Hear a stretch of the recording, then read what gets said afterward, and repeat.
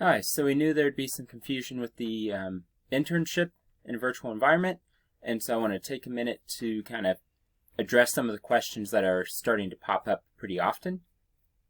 You're, of course, welcome to send any other questions you have, or if this doesn't clear things up as much as you'd hoped, that's fine. So the first thing is the general structure of each mini-teach. There are kind of three parts of your grade. So you have a part that's for your lesson plan and recording. You have a part for your peer review, and then you have a part for your reflection. So those are the three things that you're doing or submitting. Now, for the lesson plan and recording, a couple sort of big picture things. This is not meant to be an entire hour-long video. In fact, hour-long videos, for the most part, unless you're like Ken Burns, not a great strategy. The idea here is that these are videos that could be used in a remote teaching environment.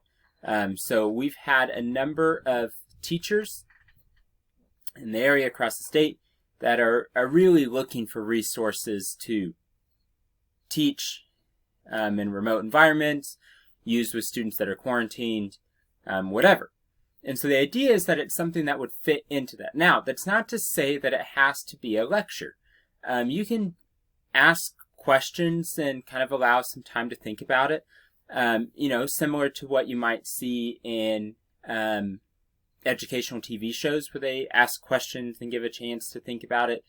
You could give the child directions to do something at home, if it's, okay, draw a leaf you find in your yard or that sort of thing. You can integrate things like that. So it doesn't have to be a lecture. The videos should be about 10 to 15 minutes. Longer than that, you're really just, if it was longer than that, it would need to be split up into multiple videos if you're really using this in a remote environment.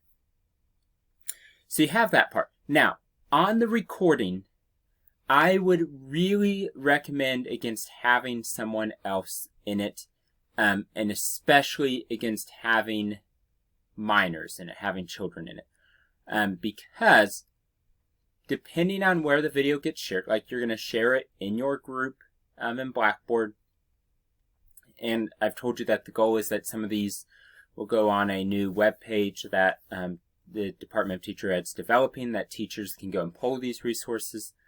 It becomes a consent issue. Now, I know if you are in schools, most schools have a photo consent on file for students. I don't want to get too far into the weeds, but that consent is for a particular use of photos or videos by the school. That is not for you personally. So it's a bit confusing, and my suggestion is just to avoid it. If they are off screen, so someone had mentioned the idea of having them participating online, like in a Kahoot quiz, and so they aren't visible, you can't see them, you can't hear them, you never know their names, that's something different. But my suggestion is you don't want anyone else in there because it becomes a consent issue, and it's just really not worth the headache. Another thing, if you're struggling with how you want to record it, I use Screencast-O-Matic to record videos. The free version, the difference between what I use and the free version is the free version limits you to a 15-minute video, which is cool because you really shouldn't go longer than that anyway. And you get a little watermark down in the corner that just says Screencast-O-Matic, which isn't a big deal. So that's a free program that's out there. You, of course, can do it whatever other ways that you want to find out. But if you're stuck, like, I don't know how to record a video, that's what I use. And I continue to use it mostly because I figured it out and I'm too stubborn to learn a new software.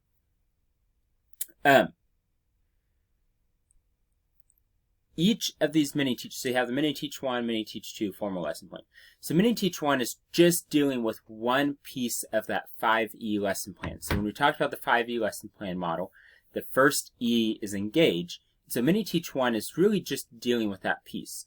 Because in a 5E model, a lot of times that would end up being a unit. And so when I would teach a 5E unit, it might be a week, 2 weeks, more than that, depending on what some of the exploration and the activities in it are. So this is just one piece of it. Now, if you want to build on something you've done previously, great. You can't just flip around and turn in the same lesson plan and be like, aha, I've done it. But if you want to build on things you had before, build on an activity that maybe you had, like your inquiry activity, and you want to kind of build that into a lesson plan and make a video to get students engaged with that activity, great, you can do that. Your peer review is supposed to be set up for you to do it in groups in Blackboard. I think you'll be in a group of about 9. If those do not work, please communicate that with me. I believe it's set up. You'll post it in the discussion board, and then there's a form that you'll fill out. That form is the rubric that I will use on the formal lesson plan, and that's the rubric that's a part of the PPAT, which is your took the place of the teacher work sample. So it's an end of program evaluation.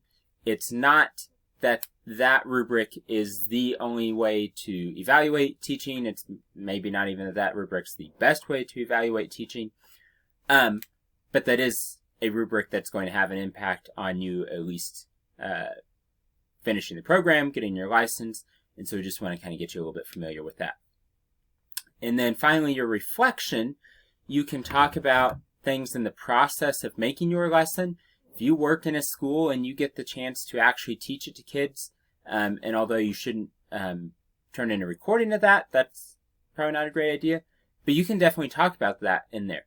Or if you teach it to your own kids at home or whatever, you can talk about those things. If there's things that stand out in what some of your peers did, and you go, wow, I really like that. That's something that I think I want to do, or I really admire the energy they brought to this, or whatever, you can include that also. The goal of this is not to police you into doing it the right way. I'm really of the opinion that there isn't one right way. But the goal is to kind of help you develop and get your legs under you a little bit and start to develop your identity as a teacher who teaches science. So, as always, please do not hesitate to reach out and ask questions.